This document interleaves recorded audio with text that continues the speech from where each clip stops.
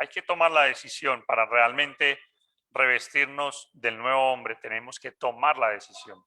Amén.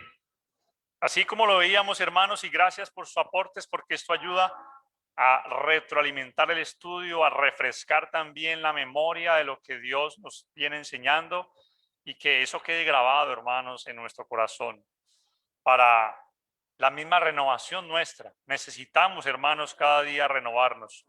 Y Dios nos ha llamado de eso, de las tinieblas a la luz, como lo hemos visto, despojándonos del viejo hombre, vistiéndonos del nuevo, y es fundamental la renovación para que el cristiano realmente crezca, madure, realmente salga adelante en la fe, en el cristianismo que profesa, no simplemente de nombre, sino de actuar, de acción, porque eso es el cristianismo verdadero. Tenemos, hermanos, todas las herramientas, tenemos todo lo que Dios nos ha dejado. Dios nos ha dejado el Espíritu Santo para que por medio de su poder podamos salir adelante y renovar nuestra mente, despojarnos del viejo hombre y revestirnos del nuevo. Tenemos todas las herramientas, la palabra de Dios, el Espíritu Santo, que es nuestro ayudador y que nos da el poder también para hacer morir las obras de la carne. Si nosotros, perdón, si nosotros andamos en el Espíritu, vamos a poder morir a las obras de la carne. En los siguientes versículos de Efesios capítulo 4, si usted va a Efesios 4,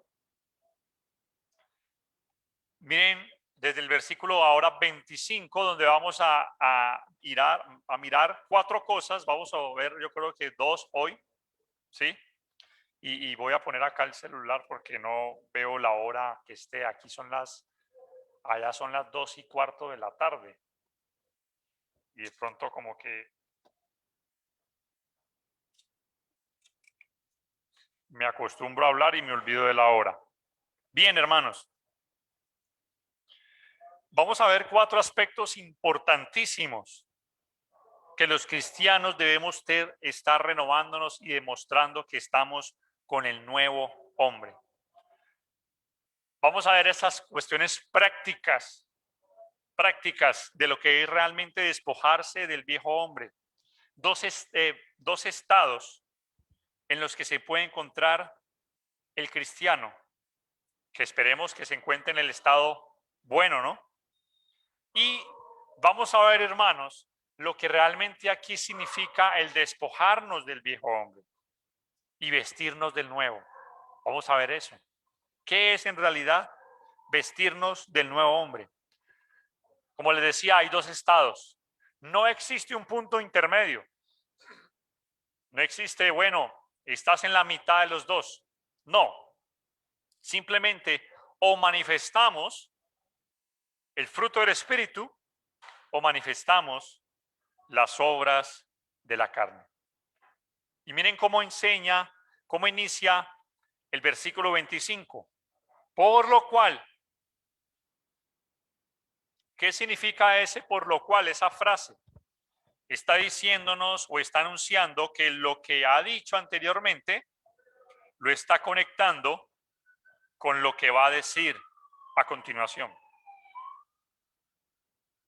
¿Y qué es lo que va a decir a continuación? Cuatro aspectos, hermanos, importantes. Primero, hay que pasar de la mentira a la verdad. Y miren lo que dice el versículo 25. Por lo cual, desechando la mentira, hablad verdad, cada uno con su prójimo, porque somos miembros los unos de los otros.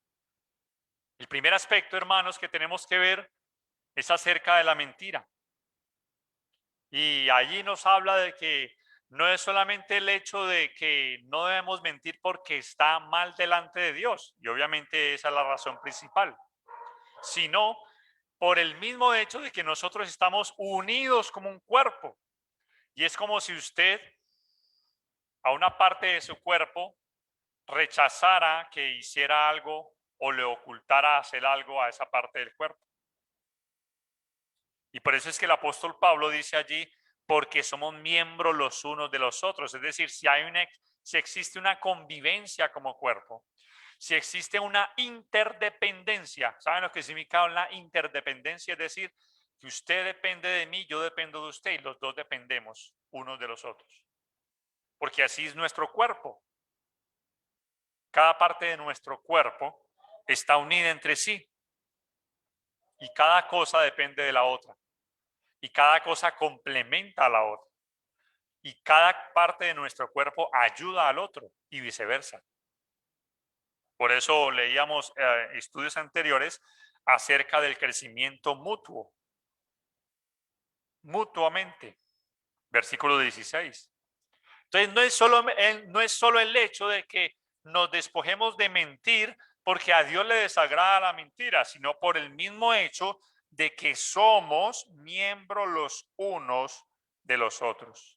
Y nos estaríamos haciendo daño, hermanos, si nos mentimos unos a otros.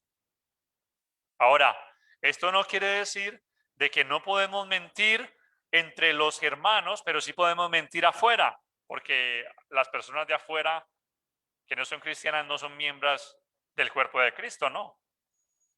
No está tampoco diciendo eso.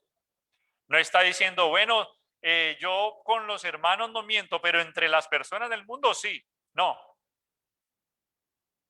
No podemos, hermanos, ni lo uno ni lo otro. Tenemos que hablar, dice allí, verdad. La Biblia dice, hermanos, en Juan capítulo 8, versículo 44, si usted lo lee, que ¿quién es el padre de la mentira? ¿Quién es el padre de la mentira? El diablo. El diablo, hermanos, es el padre de la mentira. Juan capítulo 8, versículo 44. Cuando habla mentira de lo suyo habla, dice Jesús. Él es el padre de la mentira. Y la palabra mentira aquí es un sustantivo griego que es la palabra pseudo. Pseudo. Esa palabra pseudo, con P antes de S, pseudos, significa o se refiere a toda falsedad y es una expresión contraria a la verdad. Ahora,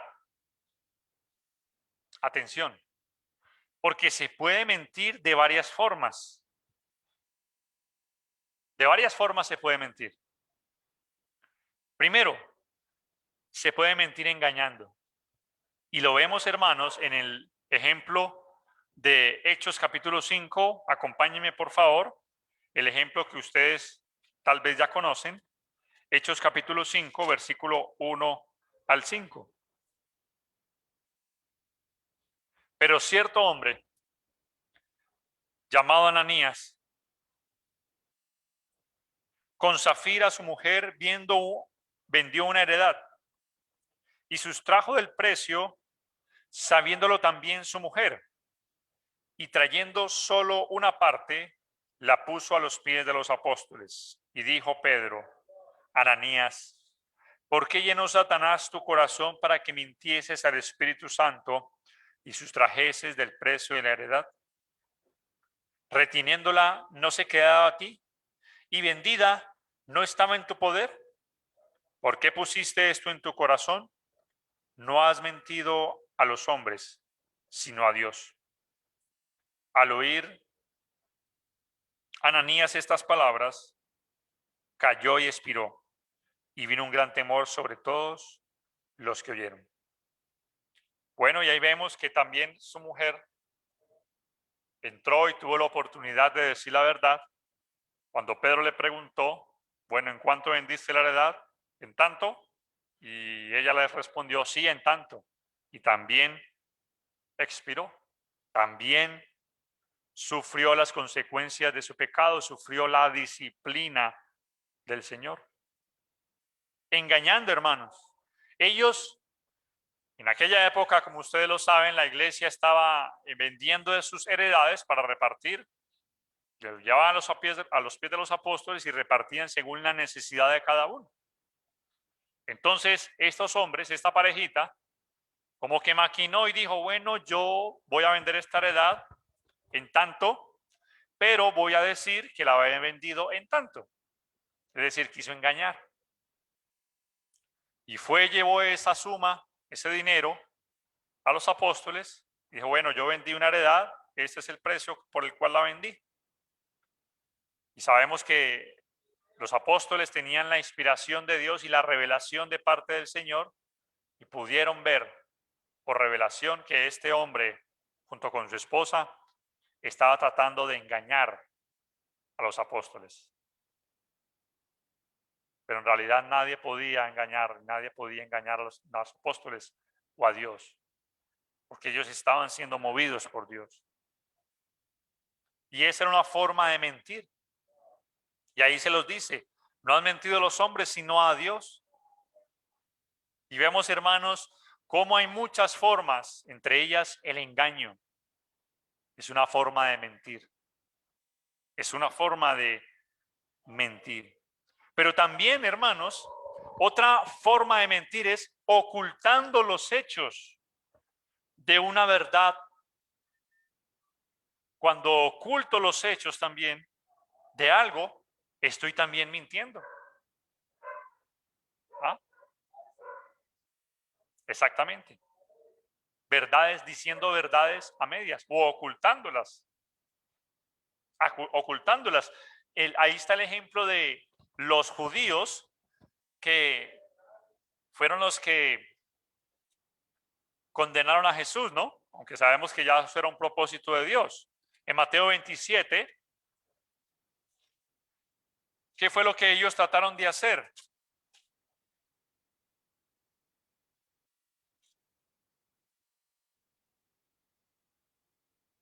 Mateo 27,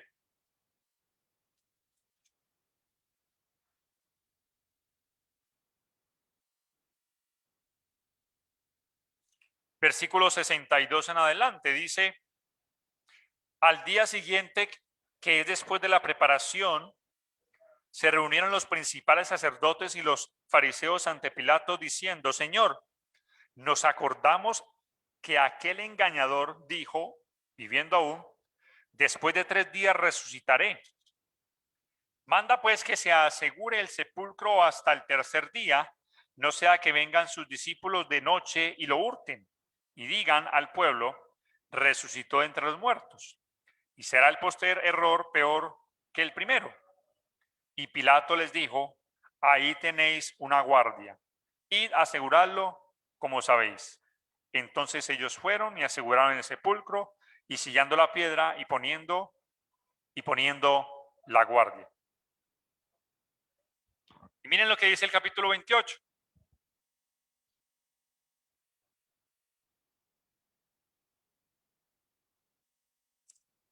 Versículo 11. Mientras ellas iban, he aquí unos de la guardia fueron a la ciudad y dieron aviso a los principales sacerdotes de todas las cosas que habían acontecido. Y reunidos con los ancianos y habido consejo, dieron mucho dinero a los soldados, diciendo, decid vosotros, sus discípulos vinieron de noche y lo hurtaron, estando nosotros dormidos. Y si esto lo oyera el gobernador, nosotros le persuadiremos y os pondremos a salvo. Y ellos, tomando el dinero, hicieron como se les había instruido. Este dicho se ha divulgado entre los judíos hasta el día de hoy. ¿Qué hicieron ellos? Ocultaron los hechos de esa verdad. ¿Cuál verdad? De que Jesús había resucitado. Hermanos, tratar de ocultar también la verdad de algo es mentir. Cuando algo está manifestado como veraz, como verídico, como verdadero, y se oculta, entonces también es una forma de mentir. Como lo hicieron estos judíos que trataron de ocultar este hecho absoluto de la resurrección del Señor Jesucristo. Y persuadieron y dieron dinero y sobornaron allí y les dijeron, bueno, ustedes van a decir esto y esto y esto. Ocultando la verdad, diciendo verdades a medias. O también, hermanos, o también se puede mentir viviendo una mentira. Porque hay muchos que viven en una mentira. Y por ejemplo, en 1 Juan capítulo 4 vamos a ver que muchos, es posible, obviamente yo sé que aquí no, pero muchos pudieran estar viviendo esta mentira. 1 Juan 4, 20 y 21. Dice la Escritura: si alguno dice yo amo a Dios y aborrece a su hermano, ¿es qué? Mentiroso. Es decir, se puede vivir en una mentira. ¿Cómo? Diciendo que amo a Dios, pero aborrezco a mi hermano. Vivir una realidad que no es. Vivir una mentira. Cuando digo que amo a Dios, pero en realidad no amo a Dios, no amo a mi hermano, entonces no estoy amando a Dios. Porque si no amo al que puedo ver, ¿cómo puedo amar al que no puedo ver? Dice la Escritura. Eso es algo completamente incoherente, decir una cosa de esas. Si amo a Dios, entonces debo amar también a mi hermano, porque si no estoy viviendo en una mentira. Entonces, hay varias formas de mentir. Hay varias formas de mentir. Engañando, ocultando, diciendo verdad a medias o viviendo. Pero ¿por qué, hermanos, es que la mentira a veces toma lugar en muchas vidas de muchos aún cristianos? ¿Por qué? ¿Cuál es la razón? Bueno, la mentira nace de un deseo egoísta, hermanos, de quedar bien, de no aceptar nuestros propios errores, de no asumir nuestras propias responsabilidades, o de simplemente, como se dice coloquialmente, de no aceptar que la hemos, ¿qué? Embarrado, como dicen coloquialmente. Se miente, hermanos, para escapar de un castigo merecido. Se miente para beneficiarse a expensas de otros o conseguir o mantener ciertas ventajas, tal vez recompensas materiales o alabanza de los hombres. Y esa es una de las cosas que abomina el Señor. Leamos, por favor, acompáñenme a Proverbios, capítulo 6. Proverbios, capítulo 6.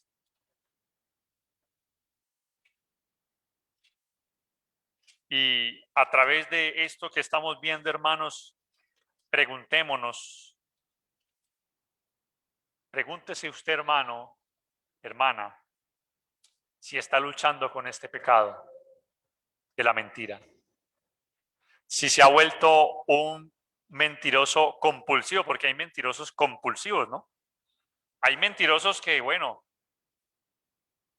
una que otra vez dicen una mentira, pero hay otros que son compulsivos, que ya se vuelve un vicio mentir, que ya se vuelve una parte de su vida el mentir.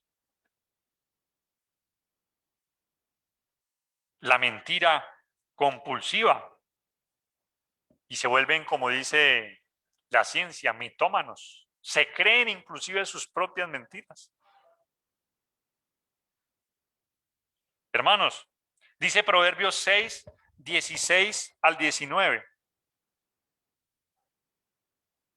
6 cosas aborrece Jehová, y aún 7 abomina ¿qué? Su alma. Primero, los ojos altivos. Segundo, la lengua ¿qué? Mentirosa. Las manos derramadoras de sangre inocente. El corazón que maquina pensamientos inicuos. Los pies presurosos para correr al mal. El testigo falso que habla mentira y el que siembra discordia entre hermanos. Es realmente interesante que los proverbios aquí, el proverbio 6, del 16 al 19, se repiten las dos palabras en ese pasaje. Se repite la palabra mentiras. En el versículo 16 dice, perdón, el versículo 17 dice, la lengua mentirosa, y el versículo 19 dice, el testigo que habla, ¿qué? Mentiras. Porque en el Antiguo Testamento, si una persona daba falso testimonio, y vamos a leerlo, hermanos, que era lo que tenían en la ley, el Antiguo Testamento, que pues, aunque para nosotros es añejo, pero de él sacamos también principios espirituales y enseñanzas de lo que era la ley para el pueblo de Israel. En el Antiguo Testamento, una persona que daba falso testimonio tenía que recibir el mismo castigo que deseaba infligir a otro por medio de sus mentiras. Vamos a leerlo, hermanos, en Deuteronomio capítulo 19. Deuteronomio 19.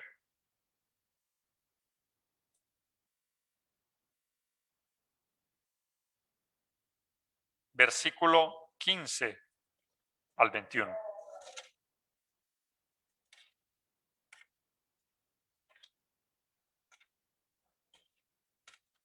Y dice así la escritura: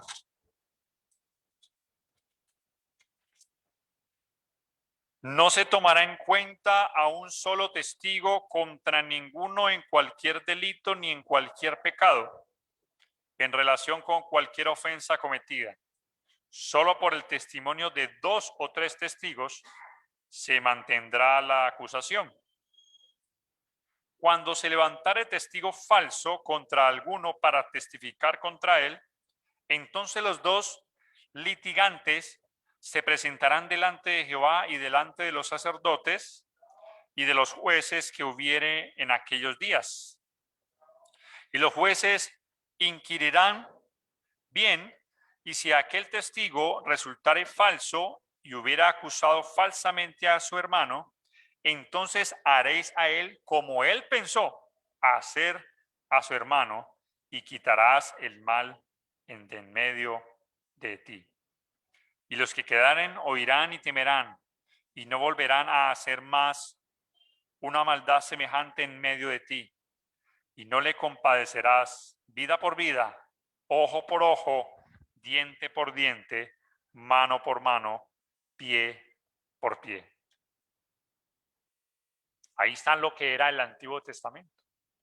El mentiroso, el testigo falso, recibía lo mismo que había deseado contra aquel que estaba mintiendo. Lo mismo. Entonces miren, hermanos, que Dios no ha cambiado. Nosotros a veces creemos, como ya lo hemos aprendido, que el Dios del antiguo es diferente al Dios del nuevo. No, Dios es el mismo ayer, hoy, por los siglos. Sigue siendo Dios. Y la disciplina y la corrección es también, hermanos, igual se sigue realizando para aquellos que violan este mandamiento de no mentir, de no mentir. Aquellos que mienten aparentemente tienen un beneficio y en realidad lo tienen inmediato. Inmediato. ¿Cuáles son esos beneficios? Bueno, los que mienten se escapan de un problema, ¿sí o no? De un conflicto, de una consecuencia negativa. La persona que miente se escapa tal vez de que lo regañen, si le está mintiendo el jefe, o a sus padres, que lo castiguen, si le está mintiendo a sus padres, o a algún hermano para no, digámoslo, derribar esa imagen. Se escapa de ese problema. También se evitan reproches, se evita recriminaciones y se consigue, por el contrario, comprensión y apoyo, mintiendo. A través de la mentira es posible ocultar los propios defectos, es decir, aquello que avergüenza a la persona, mintiendo. Porque cuando una persona miente es porque no quiere ser avergonzada. Porque si dice la verdad, tal vez sufrirá la vergüenza, la pena. No, pues, ¿qué dirán? Con las mentiras se consigue ofrecer una imagen más llamativa, una imagen idealizada, perfecta y estructurada. Con la mentira, hermanos, se consigue una aparente y ficticia protección de la autoestima. Porque en últimas, lo que la persona quiere conservar es su estima. Que las personas vean que él es una persona íntegra, entre comillas. Que es una persona honesta, entre comillas. Que es una persona que no hace mal a nadie, entre comillas. Y con eso, de la mentira, logra todo esto. Pero hermanos, ¿será que será bueno, así sea que tenga sus beneficios inmediatos, que la mentira se apodere, albergue y esté en nuestras vidas? ¿Será bueno para nosotros, sabiendo que tenemos a un Dios que todo lo ve, que todo lo sabe, que todo lo conoce? Y por eso el pasaje que estamos leyendo de Efesios: desechad, por lo cual, desechad ¿qué? La mentira. No es desechar el vicio de mentir, no, hermanos, desechar la mentira, cualquier mentira, por, entre comillas, piadosca que parezcan. Porque hay muchos hoy en día que dicen, no, eso es una mentirilla piadosa. No, es que toca mentir porque si no, mire, es una mentira, hermanos. Y es mentira. Y la Biblia está diciendo allí, desechen cualquier tipo de mentira. No creamos, hermanos, que las mentiras no van a tener una consecuencia, como lo vimos en Ananías y Zafira, que fueron disciplinados, que fueron muertos por mentir, por intentar mentir, porque a Dios no se le puede mentir. No podemos engañar a Dios, no podemos burlarnos de Dios, dice Gálatas. Dios no puede ser, ¿qué? Burlado. Huir de nuestra propia responsabilidad. Hay que desecharla completamente. Pero usted dirá, hermanos, ¿pero cómo hago? ¿Cómo hago si es tan difícil? ¿Cómo hago si esta es la imagen que tengo? ¿Cómo hago si es que los hermanos piensan esto? ¿O si esta persona piensa esto? Hermanos, para poder simplemente superar y desechar la mentira, lo que tenemos que hacer es lo que hizo el apóstol Pedro, porque Pedro mintió, ¿recuerdan? ¿Sí recuerdan el ejemplo de Pedro? 3 veces mintió. ¿Tú conoces a Jesús? Yo no lo conozco. No sé quién es ese señor. Y por segunda vez, tú estabas con él. ¿Yo? Ni siquiera lo he visto. Y a la tercera vez, maldijo. Pero maldita sea, no conozco a ese hombre. Maldijo. Maldijo. Dice la escritura. Pero ¿qué hizo Pedro después? Dice la Biblia que él fue, ¿qué? Lloró amargamente. Hubo en él tristeza, congoja. Pero como dice 2 de Corintios capítulo 7, la tristeza no del mundo, sino la tristeza que lleva al arrepentimiento. Usted y yo, hermano, lo primero que tenemos que hacer, hermanos, si tenemos esa lucha, ese pecado, eso que no podemos dejar de decir alguna mentirilla, es arrepentirnos. Arrepiéntase, hermano, arrepintámonos, hermanos, en el momento y desechemos la mentira, como lo hizo Pedro. Porque no quiere decir de que aquel que miente ya no tiene esperanza, ¿no? Porque si no, Pedro hubiera quedado condenado de por vida, ¿no? Pedro se arrepintió. Y si Pablo, inspirado por el Espíritu Santo, le está diciendo a estos hermanos de Éfeso, desechen la mentira, era porque por ahí había escuchado que habían mentirosos en la iglesia. Hay mentirosos. Se dio cuenta el apóstol Pablo. En la misma iglesia. Desechen en la mentira. No es que querramos desechar al hermano. Es que hay que desechar el pecado de la mentira. Hay que desecharlo. Pero otro segundo aspecto para superar la mentira es enfrente, hermanos, la realidad. Enfrente la realidad. Porque cuando mentimos, creamos una atmósfera ficticia de nuestra imagen. Como les decía, que no queremos que se dañe, pero Dios conoce nuestros corazones.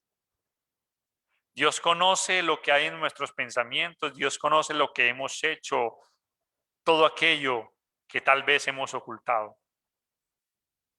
Dios lo conoce. Seamos sinceros.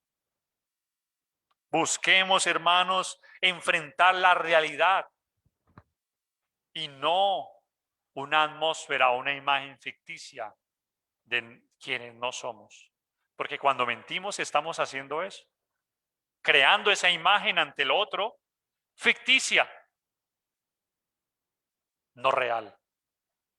Pero enfrentemos, mostrémonos como somos, tal cual como somos, en nuestras vidas.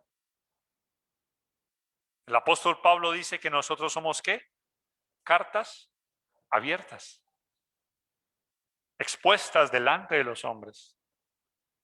Si nosotros, hermanos, mostramos en nuestras vidas nuestra realidad, vamos a ser sinceros. Si tenemos defectos, vamos a mostrar los defectos que tenemos. No tratemos de aparentar. No tratemos de maquillarnos para ponernos una máscara de, perdonen por la expresión, de puritanismo, de piedad y de un manto de una santidad. Sino en realidad seamos sinceros y no nos mintamos a nosotros mismos, ni tratemos de engañar a los demás, porque Dios sí sabe lo que hay en nuestras vidas. Mostremos que en realidad tenemos debilidades. Si yo tengo una debilidad, pues bueno, con quien tengo confianza y con quienes tenemos confianza, digámosle, hermano, tengo esta debilidad. ¿Para qué voy a mentir? Tengo esto. Me gusta aquello. Estoy luchando con esto. Pero no tratemos, hermanos, de vivir en esa ficticia imagen, sino enfrentemos la realidad. Y por último, hermanos, para pasar al otro punto, y es elevemos nuestro amor por los demás como también por nosotros mismos. Elevemos nuestro amor por los demás, porque cuando mentimos, lo leíamos ahora en Efesios 4, ¿no? El pasaje que estamos leyendo. Cuando mentimos le estamos haciendo daño a otro y no estamos amando al prójimo. Y al mismo tiempo, no nos estamos amando a nosotros mismos. Ahora, los psicólogos dicen o le llaman a esto autoestima. Y en realidad es eso, la persona que tiene por vicio mentir es porque tiene una muy baja autoestima. El mentidor compulsivo es una persona de baja autoestima. ¿Por qué? Porque él no quiere que los demás vean cómo es él, porque no se acepta a sí mismo. Y al no aceptarse a sí mismo es porque tiene la estima por debajo. Y al estar con la estima por debajo, no logra amarse a sí mismo y no se acepta. Pero hermanos, para desechar la mentira tenemos que elevar nuestro amor por Dios primeramente, por los demás, porque así dice el segundo mandamiento, ¿no? Y yo lo llamo, en vez de autoestima, le llamo así, el segundo mandamiento. Amarás a tu prójimo, ¿como qué? Como a ti mismo. Y observe el mandamiento, ¿no? El mandamiento está, cuando Jesús dijo esto, le está dando por sentado de que nosotros nos amamos a nosotros mismos para poder amar a otros. Cuando nos amamos, hermanos, cuando amamos a los demás y cuando amamos nuestras propias vidas, entonces aprendemos a ser pacientes para con nosotros, a aceptarnos, a ser comprensivos con nosotros mismos y también con los demás. Hermanos, para cerrar con el punto, si usted y yo somos de los que estamos luchando contra el pecado de la mentira, hermanos, arrepintámonos, enfrentemos la realidad y desechemos el ego, porque eso es lo que hace que nosotros no digamos la verdad, nuestro ego. El orgullo de que no queramos que los demás vean otra cosa que por años han visto en nosotros, sino que desechemos, hermanos, todo eso que no es bueno, que no es bueno delante de Dios. ¿Hay algún aporte, hermanos, que ustedes quieran dar al respecto, hermano Ever?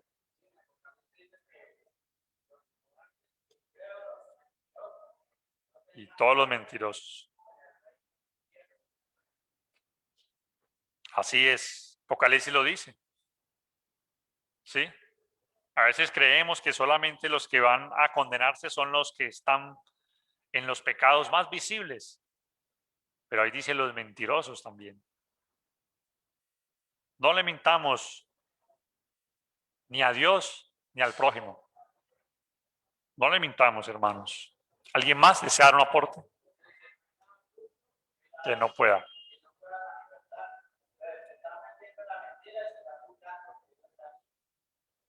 Engañándose a sí mismo, exactamente.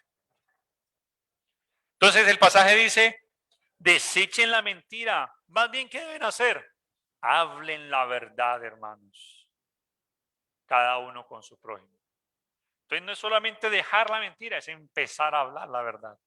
Empiece, hermanos, cada día a hablar la verdad. Si quiere, haga el ejercicio, anote. Si es que de pronto está luchando con esto, anote. Usted mismo en una agenda que nadie pueda ver tal vez. Hoy dije esta mentira. Anótela. Y vaya superándolo cada día con la ayuda y el poder de Dios. ¿Alguien más? Hermanos, continuamos. Versículo 26. Airaos, pero ¿qué? No pequéis. No se ponga el sol sobre vuestro enojo. Hay una historia, hermanos, de un gran conquistador, tal vez ustedes tal vez escucharon acerca de él. Un hombre llamado Alejandro el Grande o Alejandro Magno. Este hombre, un general que conquistó y fundó el imperio griego, tiene un amigo llamado Clitus, gran amigo de él, y llegó a servir también como general junto con Alejandro Magno o Alejandro el Grande. Un día Clitus, su amigo, estaba con Alejandro y estaban bebiendo y pasaron de copas y Clitus se pasó de copas un poco y empezó a insultar a Alejandro, a lo que Alejandro explotó en su ira y lanzó su lanza hacia Clitus y lo mató, a su general y a uno de sus mejores amigos. Clitus entonces fue asesinado por Alejandro Magno. Después de la muerte de su amigo, Alejandro, cuenta la historia, cayó en una severa depresión. Lo abrumó la culpa y hasta se trató de suicidar Alejandro Magno porque había matado a su amigo por un ataque de ira. Y obviamente sus soldados no permitieron, sus hombres lo impidieron. Pero es interesante también ver que Alejandro Magno o Alejandro el Grande pudo conquistar reinos, conquistar diferentes ciudades, pero no pudo conquistar su propio espíritu. No pudo conquistar, no pudo ganar la batalla con su propia vida contra el enojo, contra la ira. Y hermanos, en este punto de la ira hay unas emociones, hay muchas emociones en el ser humano, pero una de las emociones más expresivas que comúnmente se da en el ser humano, incluyendo aún los cristianos, es la emoción del enojo o de la ira. El enojo. El enojo inclusive puede llegar a ser transferido. Es decir, usted se enoja con personas externas y puede llegar a su casa y desahogar la ira con sus seres queridos que no tienen la culpa de nada. Hay muchos padres que llegan de sus trabajos porque se han enojado con sus jefes, compañeros, por alguna cosa que les sucedió y descargan su ira con sus hijos o con su esposa. Puede ser transferido. Puede que se enoje contra otros y que descargue su ira con las demás personas. Cualquier parecido con la realidad, pues es pura coincidencia, ¿no? Espero que aquí no sea ninguno de esos. Pero el enojo, hermanos, busca muchas veces agradar nuestro ego también.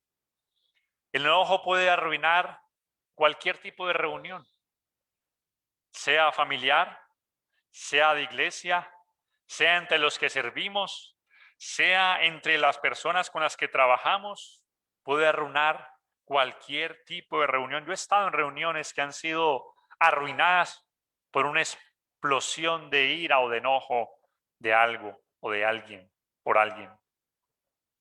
Y lastimosamente puede arruinar y ha arruinado matrimonios, hogares, personas, relaciones amistosas, relaciones laborales, relaciones de hermandad, y aún por causa del enojo ha ocasionado divisiones. Entonces el enojo es una de las emociones que aparece por ahí de un momento a otro, por causa, obviamente, de no tener el dominio propio. Pero la Biblia aquí dice, airaos, pero no pequéis. No se ponga el sol sobre vuestro enojo. ¿Fue por enojo que Caín mató a Abel o por qué más? Por envidia, ¿no? ¿Y eso lo llevó a qué? A enojarse contra su hermano y lo mató.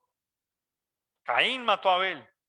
Fue por enojo que Esaú quiso matar a su propio hermano, a Jacob, porque suplantó Jacob la bendición de su padre y lo quiso matar, y Jacob le tocó huir de donde estaba, porque Esaú lo estaba buscando para matar a su propio hermano. Fue por enojo que Moisés, que dice la Biblia que era el hombre que más manso de la tierra, pero un ataque de ira, un ataque de enojo, usted puede leerlo allá en Números, que Dios le había dicho, el pueblo estaba sediento en el desierto, no había agua, y Dios le dijo, háblele a la roca y le saldrá agua. Y Moisés lo que hizo fue con enojo y con ira golpear la roca con la vara. Y la golpeó 2 veces. y brotó agua. Pero por ese enojo no entró a la tierra prometida. Imagínense entonces, hermanos, lo que hace el enojo. Saúl, por enojo, arrojó una lanza contra David y contra su propio hijo, Jonatán, o Jonathan, como algunos lo pronuncian. Contra su propio hijo, Saúl, el rey Saúl, el rey que había sido elegido por Dios. Fue por enojo que los judíos que estaban, entre comillas, celosos por su judaísmo, mataron a Esteban en Hechos capítulo 7, usted puede leerlo, versículos 54 al 60. Lo lapidaron sin pensar que estaban matando a un hombre de Dios, a un hombre enviado por Dios, a un ministro de Dios. Pero hermanos, ahí vemos cómo el enojo es impresionante, hermanos. Es impresionante. Y Jesús habló del enojo. ¿Recuerdan? Vamos a leerlo. En Mateo capítulo 5.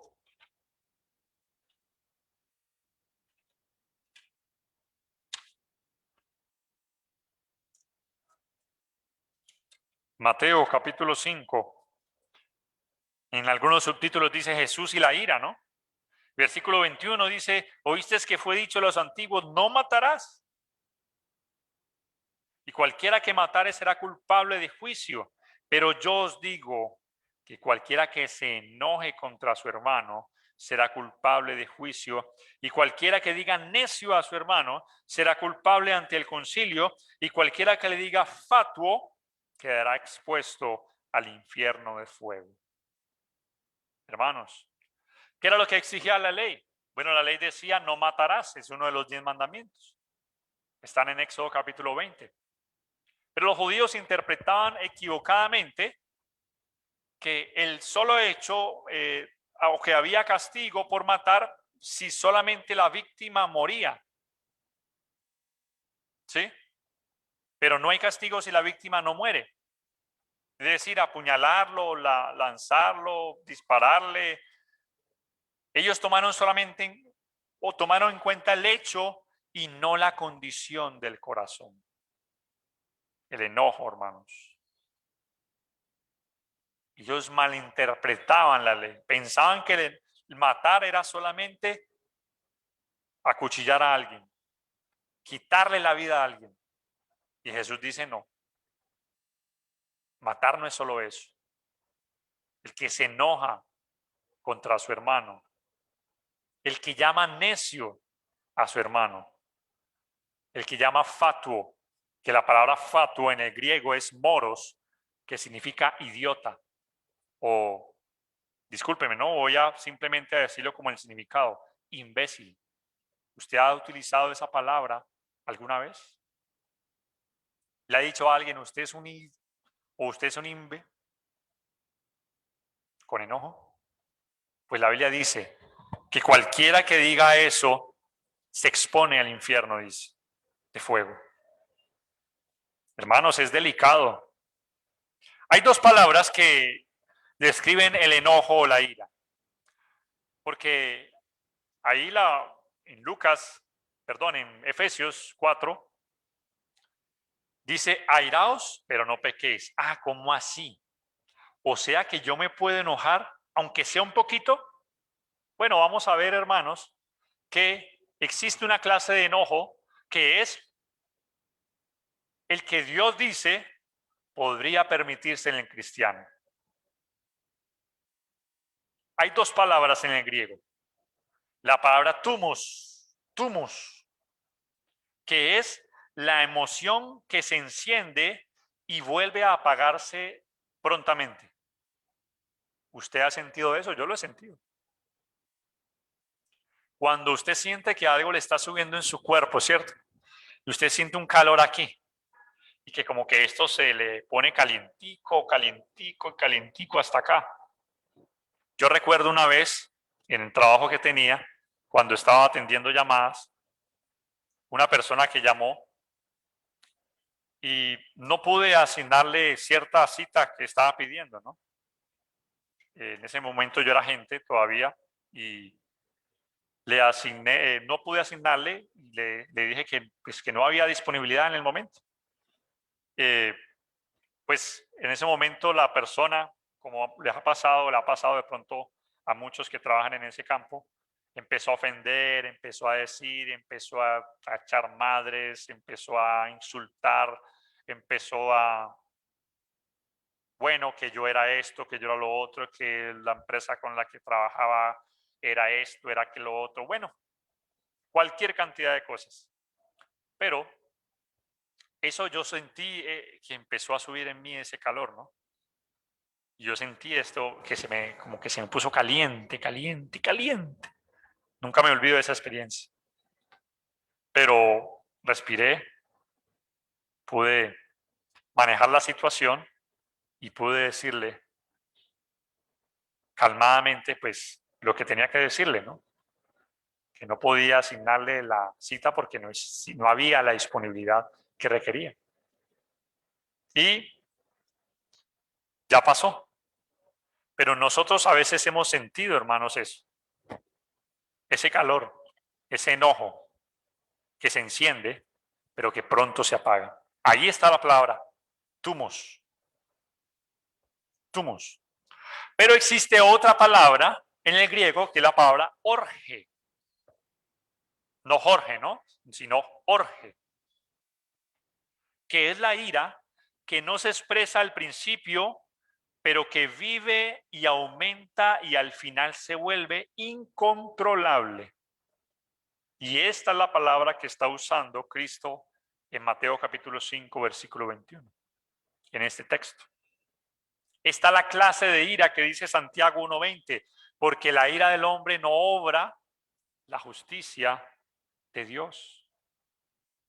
Es esa ira, esa clase de emoción que no se apaga, sino que permanece allí y se vuelve incontrolable y la persona ya, mejor dicho, como dicen en el dicho coloquialmente, mata y come del muerto.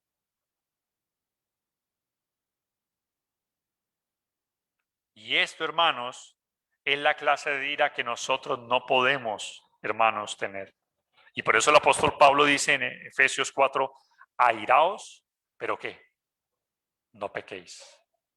Usted puede sentir eso, como que le da licencia a Dios de sentir esa indignación, porque hasta el mismo Dios, Jesucristo, sintió eso, y Dios siente esa clase de ira santa. Y es por eso que Él permite, pero es una ira santa, una indignación por algo, un celo santo, pero que no llega a más sino eso, algo que se vuelve allí, pero que no pasa de allí. Y se expresa una calma. Airaos, pero no pequéis. Yo sé que todos aquí quisiera ser persona que pudiera descubrir sus corazones. No lo soy, pero yo sé, hermano, y estoy seguro que todos nosotros hemos sentido en algún momento de nuestras vidas eso, esa emoción, ese enojo, esa ira. Pero cuando ya se vuelve incontrolable, hermanos, es donde ahí está el pecado. Cuando decimos cosas que no debemos decir, cuando expresamos cosas que no debemos expresar. Porque ahí el pasaje dice, si llamas necio, dice allí, cualquiera que se enoje contra su hermano será culpable de juicio y cualquiera que diga necio a su hermano será culpable ante el concilio. En aquella época existía un concilio, ¿no? Un jurado, una corte judía donde se llevaban los problemas, las situaciones. Y Jesús está diciéndole a los judíos que estaban allí, les dice a sus discípulos, si ustedes hacen eso, pueden ser llevados ante la corte. Pero existe algo mayor todavía y más peligroso todavía, que es la corte celestial. Y es la que dice allí, cualquiera que diga fatuo a su hermano, imbécil o idiota, quedará expuesto al infierno de fuego. Es decir, a una corte celestial. Una corte, hermanos, de Dios. La suprema corte de Dios, que es la única que condena. Entonces, hermanos, necesitamos, hermanos, tener en nuestras vidas, y disculpen que me haya pasado, pero no quiero dejar el tema cortado, reconciliarnos. Porque ahí también el pasaje nos dice, si tú traes tu ofrenda al altar y allí te acuerdas de que tu hermano tiene algo contra ti, miren que inicia con eso, ¿no? No que tú tengas algo contra tu hermano, sino que mi hermano tenga algo contra mí. Es decir, yo debo de tomar la iniciativa. Y si quiero que mi adoración sea acepta, debo reconciliarme con mi hermano. Porque para poder que mi adoración sea acepta, debe haber reconciliación. Para poder yo evitar el castigo, debe haber una reconciliación. Por eso Mateo 18, ¿no? Todos lo sabemos. Si tu hermano peca contra ti, ve y repréndele tú estando tú y él solos. Y si te escucha, has ganado a tu hermano. Si no, pues ve con 2 o 3 testigos para que conste toda palabra. Y si les escuchas, te escucha a ti y a los testigos, pues has ganado a tu hermano. Si no, pues dilo a la iglesia. Y si no escucha a la iglesia, tenle por gentil y publicano. Hermanos, si nosotros tuviéramos en cuenta la reconciliación en nuestras vidas, pues podríamos evitar tantos conflictos en nuestras vidas. Tantos conflictos con nuestra pareja, tantos conflictos en la iglesia, tantos conflictos entre relaciones de hermanos o de amigos, o entre padres e hijos, o hijos o padres. Hermanos, si manejáramos la reconciliación, estos conflictos, pero muchas veces eso no se da, es porque no queremos renunciar a nuestro orgullo, no queremos dar el brazo al torcer y no queremos humillarnos, sino que queremos que nos acepten tal cual como queremos que nos acepten. Y esto es así porque yo lo digo así, es que así es bien y así es mejor. Y no queremos, hermanos, renunciar a nuestro ego. Pero hermanos, ahí dice, no se ponga el sol sobre vuestro enojo. ¿Qué hacer, hermanos, para terminar? ¿Qué hacer para superar la ira o el enojo? Sencillo, hermano. Sencillo. Las cosas que usted tiene que hacen que le enojen contra alguien, háblelas, comuníquelas, no las guarde.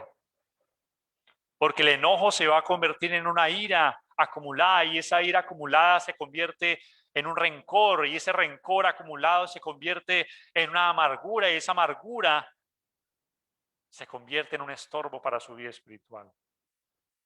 Háblelas, manifiéstelas, no las guarde, no las guarde. Y por eso el pasaje dice allí, no se ponga ¿qué? El sol, no deje que el sol se oculte y usted siga enojado. No la entierre, no se lo trague, sino que háblelas. No niegue que existe. Lo importante es que lo hable, obviamente, de una manera amorosa y que no se sienta el otro atacado. Hay una historia de un hombre que irritaba a su mujer porque él cada día dejaba una cebolla en la nevera para que quitara los malos olores de la nevera, ¿no? Dentro de la nevera. Y al otro día la mujer veía la cebolla y esto huele a cebolla, qué horrible, y la sacaba y limpiaba toda la nevera hasta que quedara limpia. Pero nunca le dijo nada a su esposo, nunca se lo dijo. Y el hombre interpretó de que, es por la cebolla. Y al otro día volvía y la colocaba. Y la mujer volvía y limpiaba la nevera y dejaba la nevera limpia, libre del olor de la cebolla. Pero nunca se lo dijo. Pero también la mujer, el hombre, cuando se acostaban ellos, abría la ventana y pensaba que la mujer tenía calor para que entrara un poco de aire y refrescar a la mujer, la esposa. Pero la mujer cogía y se levantaba a medianoche cuando él estaba dormido y se arropaba bien porque sufría de frío, pero nunca se lo dijo. Bueno, pasaron los años y pasaron 17 años y un día la mujer explotó y dijo, estoy cansado de esta cebolla, y explotó en ira. Y el hombre muy calmado le dijo, pero por una simple cebolla te enojas. Pero no era una cebolla, hermanos, eran 17 años de cebollas. Y eran 17 años de que ella sufriera frío en las noches. Pero porque nunca se lo dijo a su esposo. Y por no habérselo dicho, creó que ese enojo en su vida. Por no habérselo dicho. Y hermanos, esto sí que es importante. No debemos guardar. Hable con la persona. Exprésele y dígale, me siento mal. La mujer perfectamente le pudo haber dicho, el primer día le pudo haber dicho a su esposo, mira mi amor, es que no me gusta que pongas la cebolla en la nevera porque le da mal olor y tú piensas que le va a quitar el olor, pero en realidad no le quita el olor. Y yo simplemente lo que hago es sacar la cebolla y limpiar de nuevo la nevera. Ahí hubiera solucionado el problema. Y le hubiera dicho, mi amor, no abras la ventana por la noche porque me entra frío y no puedo dormir bien, me levanta el frío y tengo que buscar una cobija para arroparme. Pero nunca se lo dijo. Hermanos, no guardemos las cosas, sino que hablemoslas amorosamente. Raíces de amargura, así es. Y por último, hermanos, Proverbios 15:1 dice, la blanda respuesta que aplaca la ira, mas la palabra áspera hace subir el furor. ¿Qué hacer, hermanos, para superar la ira o el enojo? Hermanos, respondamos de manera correcta. Respondamos con palabras suaves. No nos igualemos ante el enojo del otro. Así dice Proverbios, ¿no? Yo creo lo que dice la Biblia. Proverbios dice, la blanda respuesta aplaca la ira. Es posible que el otro esté destruyéndose en ira, mejor, consumiéndose en ira, pero si yo respondo de una manera amable, de un tono agradable, con una gesticulación, porque hasta en eso hablamos, ¿no? Con nuestros gestos, con nuestras palabras, con el tono de voz que tenemos, de una manera que no hagamos subir el furor, pues la ira se va a calmar. Es una emoción con la cual todos luchamos, hermanos. Yo no sé cuántos luchan con la ira, con el enojo. No sé cuántos de los que nos están viendo en Zoom, de los que están aquí reunidos, de los que nos están viendo a través de Facebook Live, se luchan con esa emoción. Pero no dejemos, hermanos, que el sol se ponga. Resolvamos las cosas prontamente.